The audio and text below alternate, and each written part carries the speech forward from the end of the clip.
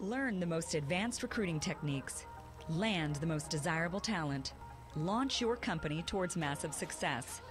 This is the Higher Power Radio Show with Rick Girard. Unconscious bias, we all have it, so how do we eliminate it?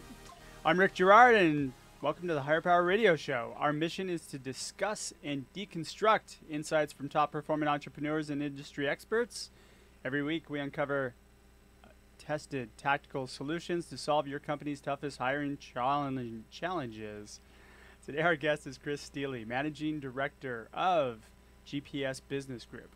Chris is a transformational business leader, an author, trainer, and a business coach who's trained thousands of business leaders worldwide on how to refine and apply optimal capabilities to their business. He focuses on delivering business effectiveness services to clients across the globe. Boy, I'm this morning. He's co-authored 2 books and has been featured as a business expert in countless international stages. Chris, welcome to the Higher Power Radio Show. It's good to be here, Rick. Absolutely. So we're going to cover a few things today. We're going to talk about what unconscious bias is. I know I met you at a Disrupt HR event, right, Mm-hmm. where you did a great presentation on that. So I'm excited to hear a little bit more about that. We're going to talk about how to acknowledge it and how to eliminate it from the hiring process, or at least minimize it, I would imagine, because you can't really eliminate it, can you? Probably not. I mean, it's something that we all inherently have to some extent. So as I was prepping for this, I went to my favorite place, Google, and I Googled unconscious bias. I got the definition, okay. Which are basically learned stereotypes that are automatic, unintentional, and deeply ingrained. Yeah. So just to expound upon that, it's really what it comes down to. It's your background, your personal experiences, your societal stereotypes, and your cultural construct that impacts your decisions and in your actions without you realizing it. So in essence, unconscious bias is your blind spots. Yeah. Right? So, gosh, we all have them, right? So how do we recognize them? How do we find them if we're not conscious about it? Right. And I guess that's the key, is that objectivity, is having awareness on yourself. Yeah. Being able to see yourself like other people see you. You know, and how do you do that? Well, it's confrontation. It's psychological objectivity. You know, I'm a big fan of psychotherapy, and there's professionals out there that are oriented toward helping you kind of deconstruct and unpack who you are. And a lot of it stems from things that we don't know about ourselves, back to blind spots. And Sure. It comes from our childhood. You know, we had 2 parents typically that did the best they could. And the result is the hardwiring that we got from 0 to 2 years old. Yeah. I mean, I don't remember that period of time in my life, but the imperative is for us to. Is that when it's 0 to 2? 0 to 2. That's when most of them are set. As children, I mean, because you can't speak, so basically you're a sponge, so you take things in. Yeah. And then from there, from 2 to 5 is kind of the young adult phase, and that's where you begin to kind of manifest your character. And then from 5 on, it's pretty well hardwired. So unconscious bias is typically created at that young age. So it's our responsibility as humans is to understand what was the paradigm back then. What were we going through? I mean, so you basically kind of need therapy or some sort of regression in order to figure it out, because you don't really remember what was going on from 0 to 2 years old. Right. And part of the way to do that is to kind of poll your parents, ask your parents, or if they've passed away like my parents have, is to understand what their paradigm was, what the society, what they were raised in, the culture that they were raised in, functional, dysfunctional, or whatever. And it's not necessarily easy, but that's how to do it. That's how to unpack and become aware of those blind spots. Yeah. And our parents, I mean, different than the millennial generation today, but our parents, I'm guessing, were my grandparents and my parents would say things that just would not fly today. And it was all acceptable back then. But just things that, what did you just say? So. Well, if you think about it, back in the Depression era, 1929, and anybody raised in that chunk of period of time, it was all about scarcity. Yeah. And it's just how it was, Yeah. And so how does that show up in your life? I mean, my parents were raised in that era, in that culture. Yeah. And that's just, they were predisposed towards saying things scarcely. But that's not how business is done these days. Oh, no, not at all. It's, like money. Money is not a scarce resource. Money is an abundant resource. But too many people have got these preconceptions, these biases unconsciously, that money's a scarce resource. Well, once you come to terms with the fact that it's not, my definition of money, it's an idea backed by confidence. It's having the confidence around that. Yeah. And then being able to, create value to manifest it effectively. But the key is you have to be full circle back to unconscious bias. You have to be aware of what thought processes are precluding that in your psychology. Okay, so what are the main biases we should be aware of? Well, when it comes to being a human resource and a person of value, we're talking about putting the right people in the right seats in the bus, in the context of hiring. So I see it from two perspectives. One perspective is the person who's doing the hiring, sure, and the other perspective is the person that's being hired. Sure.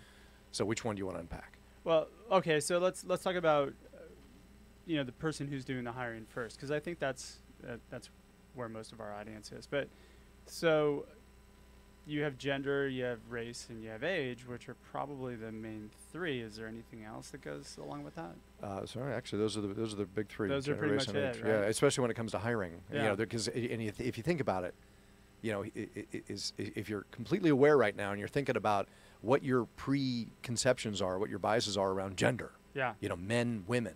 Okay. Well, I'm not here to define it for you or for any of the listeners here today. Yeah. But it's really important for us to kind of at least be aware of it. And then race. Oh, man, I think about race. And we've all got predispositions of other races. Which I always find really funny, because we're all part of the same race, but we're just different ethnicities, right? So, I mean... Yeah, cultural, I guess. Yeah. Isn't it? Yeah. So there's really only one race. Well, but we judge other cultures, Yeah. It's colors of skin, Yeah. Ethnicities, and then, of course, age. We talked the other day about how apparently I heard recently that once you hit 35, you're kind of you've tipped into the kind of an old timer type person. Oh God, yeah. And then, from my perspective, people that are 35 and beyond, those are the ones with the chops. Those are the ones with the wisdom. But typically, the people in the hiring ranks see them as older, and there's a lack of connection, and there's this gender gap or this chronological gap, the age gap. Yeah. We had. Do you know Todd Raphael? Yeah, we talked about him. Yeah, we had him on last week, and it was kind of interesting because he was talking about there's kind of a phenomenon with single dads that are over 40 that are having a difficult time finding work because of the fact that they're kind of aged out and they need the flexibility to be able to pick up their kids and do the things they need to do. But there's a huge pool of those people out there that are a wealth of information that nobody's really tapping into. Right. This bias thing sucks. All right. So how do we recognize it and identify it, right? So, I mean, we talked a little bit about that. We're talking about really self-awareness, regression, and I having know the EQ. Well, that's what I was going to get to is we have this intelligence, right? The IQ, and I talk about the IQ, what's your IQ and everything. The prerogative is that emotional quotient, the emotional intelligence. And there have been books written about it. My favorite author in the context is Daniel Goleman. Okay. Wrote a book work with emotion. It's called Emotional Intelligence, and then Working with Emotional Intelligence, and how you apply it to work. And so it's again perceiving your emotions, and we all have emotions. Yeah. We're happy, we're sad, we're angry. It's just that gauntlet of emotions. Yeah. So addressing that human condition and that paradigm around how are we perceiving emotions when people get emotional with us? How do we respond? Yeah. And having that awareness and that objectivity, and then using those emotions to be able to convey our message effectively. Like right now, I'm talking to you in just kind of a calm tone, but I can actually kind of raise my emotion a little bit, and you can actually feel the energy change as I get a little more passionate. Awareness. Wow, you should host a radio show. Right, I should. But just notice the energy shift. It was palpable, totally. Yeah. And that we have to be aware of that, about how we wield those emotions and understanding how they correspond to how people respond to us as leaders in the hiring process specifically. So, is there a value to having bias in the workplace? I think that I'm a big fan of boundaries, psychological boundaries. Okay, what does that mean? So boundaries is, we were talking before about politics, and politics is basically people manipulating others to do what they want them to do, not necessarily congruent with what they personally believe. Yeah. So you're talking about facades and people throwing up smoke screens.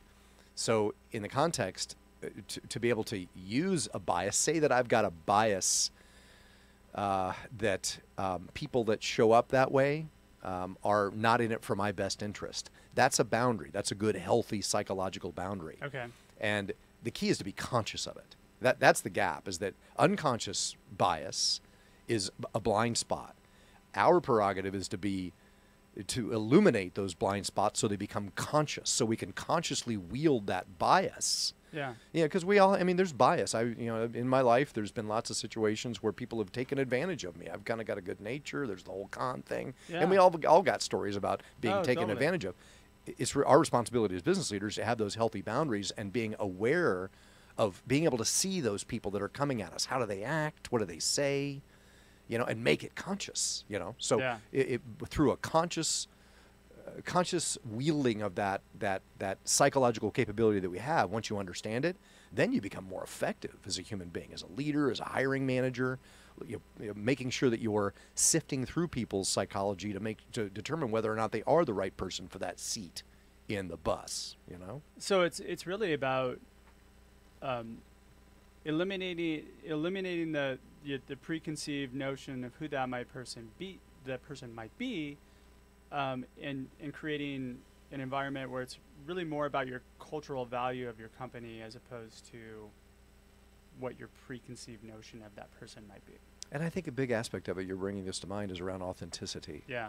Like a lot of people will look at a resume or whatever, a LinkedIn profile, and keep in mind that's like an ad. People are writing and conveying what they want you to see. Yeah, yeah. And that's kind of taking the spotlight off what they don't want you to see. So if you can put up filters of kind of seeing through people's facades, like, for instance, I'm talking to you right now, Rick, with kind of a calm, authentic tone, but if all of a sudden I change my tone, and Rick, I want you to believe that this is really what it's about, and I'm this guy, and I've really done this, notice the change in my tonality. You're like turning into sales guy. And you can see right through that. Yeah. And these days when it comes to selling, I do sales training, and it's about, these days we have unconscious and conscious bias around people trying to sell us things. I mean, we all want to buy, but nobody wants to be sold. Yep. And you can see right through that slimy, schmarmy sales guy. And we can all be that way if we aren't conscious of it. Sure. So it's that consciousness around how you're selling, because sales is persuasion, it's leadership, it's influence, Yeah. So how can you persuade, lead, and influence somebody to hire you or to convince you that they're the right person for the job? And it's not about having the resume or the facade of what people want you to believe. It's about having a good, authentic conversation with somebody and breaking down those barriers. See, I almost feel like it's more the responsibility of the company to pull out or extract the information about who that candidate really is, as opposed to you putting on your sales shoe and trying to sell them on why you're good for the job. Right. Flip the script a little bit. Right. All right. So we're going to take a quick break. We're talking to Chris Steely, Managing Director of GPS Business Group. We're discussing unconscious bias. So when we come back, we're going to talk a little bit about how to effectively eliminate unconscious bias from the interviewing process and a little bit more. Be right back.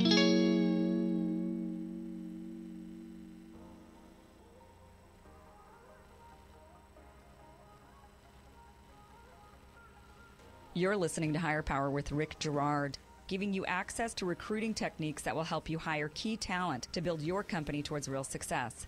Rick is a recruiting executive and entrepreneur who's been successfully recruiting in the aggressive Silicon Valley technology landscape for the past 2 decades. After a very successful stint at Apogee, he founded Stride Search in 2012. Based on a lean efficiency model, Stride has uniquely positioned itself as a leader in retained search for the most critical talent hires within a small organization.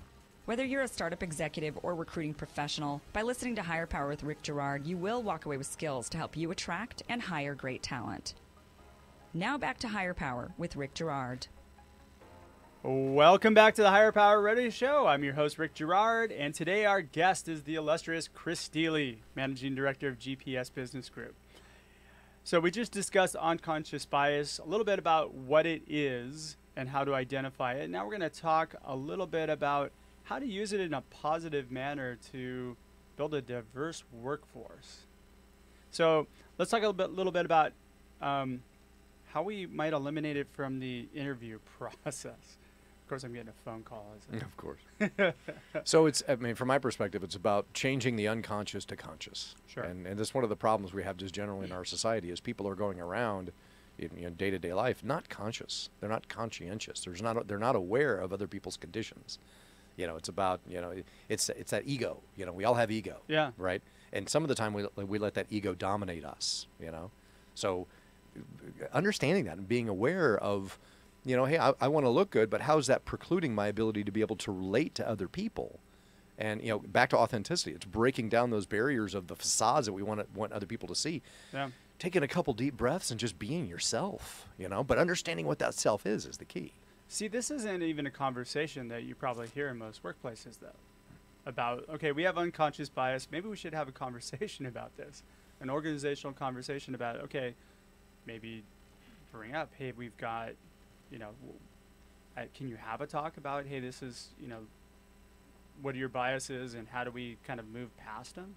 I mean, I would imagine that would be something that could only help propel a company, but I don't know about the compliance issues. Right. Well, first of all, people want to be listened to. Yeah. And if you've got a leader in a business that doesn't listen to their people aren't going to talk. Yeah. And they're going to throw up facades and they're going to say things they want the leader to hear. Yep. So it's really important to, again, we talk about authors and books, and the secrets to success in business is hidden in books, right? Patrick Lencioni wrote a book called The 5 Dysfunctions of a Team. Mm-hmm. And I teach a lot from that construct, and it's about the foundation of trust. How can you be trusting and trustworthy in the context of being a human resource in business? Well, it's about having somebody that is able to be trusted, and having a leader that can trust that human resource. But that's a tough thing in our society. Yeah. With hidden agendas and ego and politics and everything we talked about. Yeah. Then the next level up in the triangle for the folks that have read Lencioni's book is conflict. And being able to promote conflict. And a lot of people get their ego damaged when there's conflict. But being open and receptive toward being challenged. And if you're authentic and you're real, there's no concern about that. There's no Well, we're talking about unconscious conflict, not from the perspective of like a heated conflict, but more argumentative. Yeah, like you just did with me right there. Yeah. You confronted something. And if I'm authentic, if I'm here not being present and you confront me with something, I'm going to go ahead and respond the way I think you want me to respond so that I can manipulate you to believe what I think you want me to say or what you want to believe. That's just a lot more work. Well, there you go. Why can't Right? we just show up as good authentic? So back to hiring. Yeah. When it comes to is you're the hiring person, being able to create an implication of trust in the hiring discussion. And a lot of that, how can you do that? A lot of it comes through using tonality and voice and inflection and pace. And right now, you can hear me talking in a warmer tone. Well, even having an interest in understanding your people. And how do you foster that? It's got to come from the top down, of course. Right. And being the example of that interest. And you're Yeah. right. If the leader on top of the food chain has got a political agenda, there's consistently going to be a facade of, I call it inappropriate behavior, as opposed to authentic, drawing out that the capabilities that those human resources have in our hearts and our minds and our, in our capabilities and skills, and introducing that to our prospective employer. Otherwise, one of the biggest problems, when you hire somebody, it's a huge liability. Once you hire them and then you have to let them go. I read recently it's literally $250,000 if you hire a director level person, then you let them go after you've trained them and equipped them. It was a crazy number. Oh, yeah. So how do we preclude that? Well, it's about breaking through those barriers of inauthenticity and actually asking people the right questions and showing up in the right way so you can draw out their trust and whether or not they show up in a trustworthy way, and can they be trusted as a director, VP, CEO, to be able to manage my business as effectively as they can. And you can do that. There's techniques to be able to do that. Part of it is notice, again, I talk about the way we language, by the way, the way we communicate is, the words I use is only 7% of how I communicate. No, most of it's nonverbal. Yeah, it's like tone, voice, inflection, pace. So, which leads to messaging, right? The way in which you message to the people that you're trying to attract, too. I would imagine job descriptions probably are a big reason why some people don't respond to companies as well. Maybe some of the wording in those job descriptions may be a little bit more gender specific than and preclude other people that you're trying to get, especially if you're trying to build diversity. And when I say diversity, I mean diversity in thinking, across everything, right? Wouldn't some words be more geared toward a male as opposed to a female? And you know what I mean? Mm-hmm. And just being conscious of how you're putting that into the job description and just making it gender agnostic, especially these days.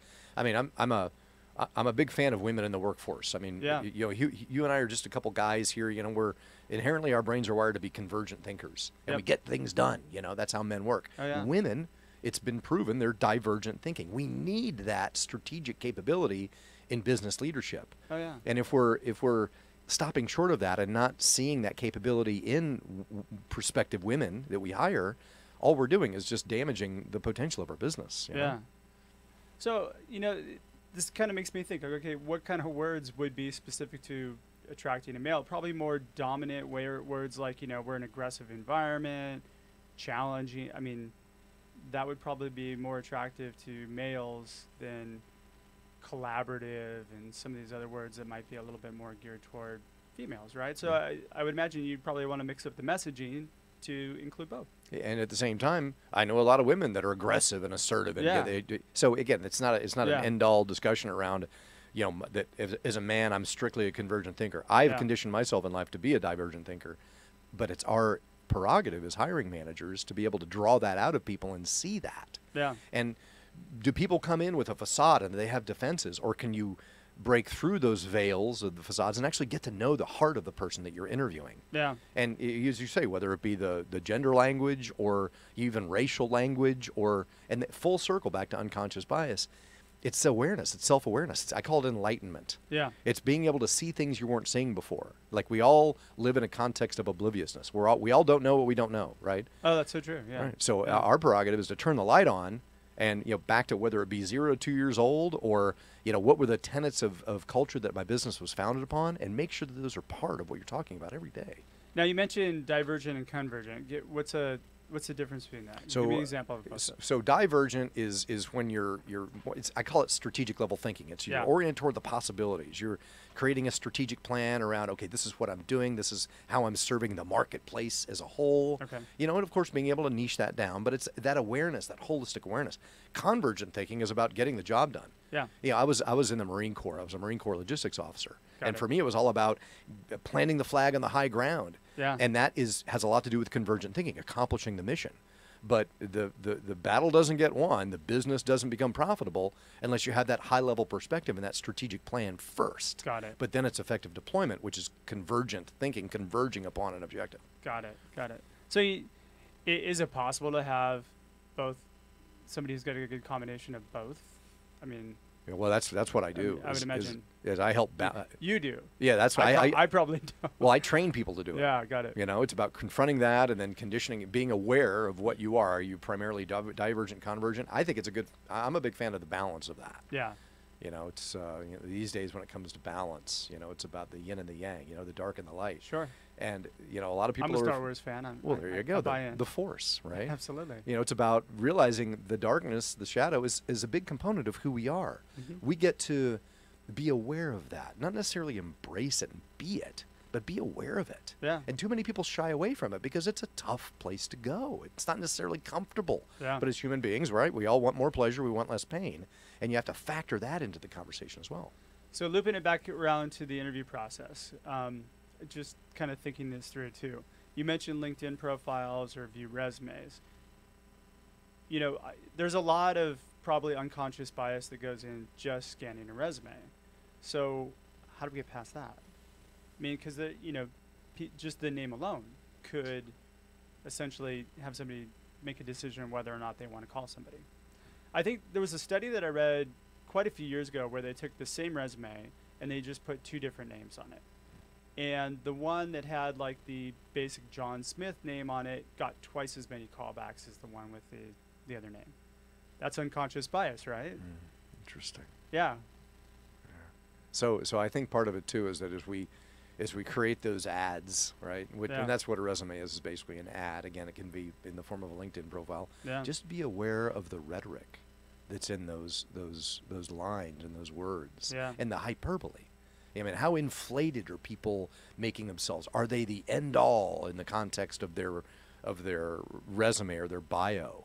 And if they use a lot of fluffy words, and you just get to see through that. So in the context of awareness of somebody trying to paint a picture of somebody they're not, watch out for the big words, the rhetoric. You know, it's like, you know, people will say things they think you want to hear. You got to read through that. You know, just from the context of being a recruiter, and some of the people that I looked at a resume and I thought, I don't know if I really want to call this person. I don't know if it'd be worth my time. Actually have turned out to be really good people that I probably had some sort of unconscious bias in my head that I didn't want to call them for whatever reason, right? So maybe to get past that, you should call everybody. Well, there you go. And find out. I like that idea. You know, but the problem is that's not necessarily practical, because you've got thousands of people that are applying, and so there has to be some sort of a filter you're running people through. That's true. You know, I hear what you're saying. But I love to meet as many people as possible and look at them in the eyes and really get to know them. That makes a big difference. Exactly. So just to mention, or just to kind of recircle to the link between bias and kind of company values, right? Now you have to have some sort of bias in response to how people link up with your company values, right? Right. So values, you know, core values. I mean, there's some cliche core values. A lot of people say, oh, integrity is a core value, you know, but that's just kind of cliche. No, but like, for example, I mentioned on the show quite a bit, like Amazon has their leadership principles, and the very first one is customer obsession. So they test you against that. So if you're not obsessed with, you know, the customers that you have and how you service them and what you do, then, you know, you're not Amazonian enough, right? Oh, and even like Zappos, you know, that's become ubiquitous as the company that, you know, 2 months after you're employed, they'll pay you to leave the company. Oh, yeah. If you don't fit the culture. Yeah. And that's how you really determine, because people can talk all day long, but what happens when you put them in the fight, put them in the arena? That's where true character shows up, or not. Anything else in the interview process that you think that could be helpful for our listeners? I think that being present is like I say, run it through the filter of the resume, and, you know, kind of look through those words, and then when you get somebody in front of you, just, you know, care. You know, realize that this is a human resource that has got challenges. We're all up against things, and be somebody who actually cares and draws out the true strengths of people, as opposed to gives them an environment where they can spout that rhetoric and hyperbole and just be somebody that they're not. A man after my own heart, I'll tell you, because I spout that stuff off all day long. I mean, the fact of the matter is, your job as an interviewer is to get the truth of who this person is in front of you. Get past all the smoke and mirrors and find out whether or not they're really going to be a great added addition to your team. Right. Yeah. Wow, this flew by. We're just mention. about out of time for today's show.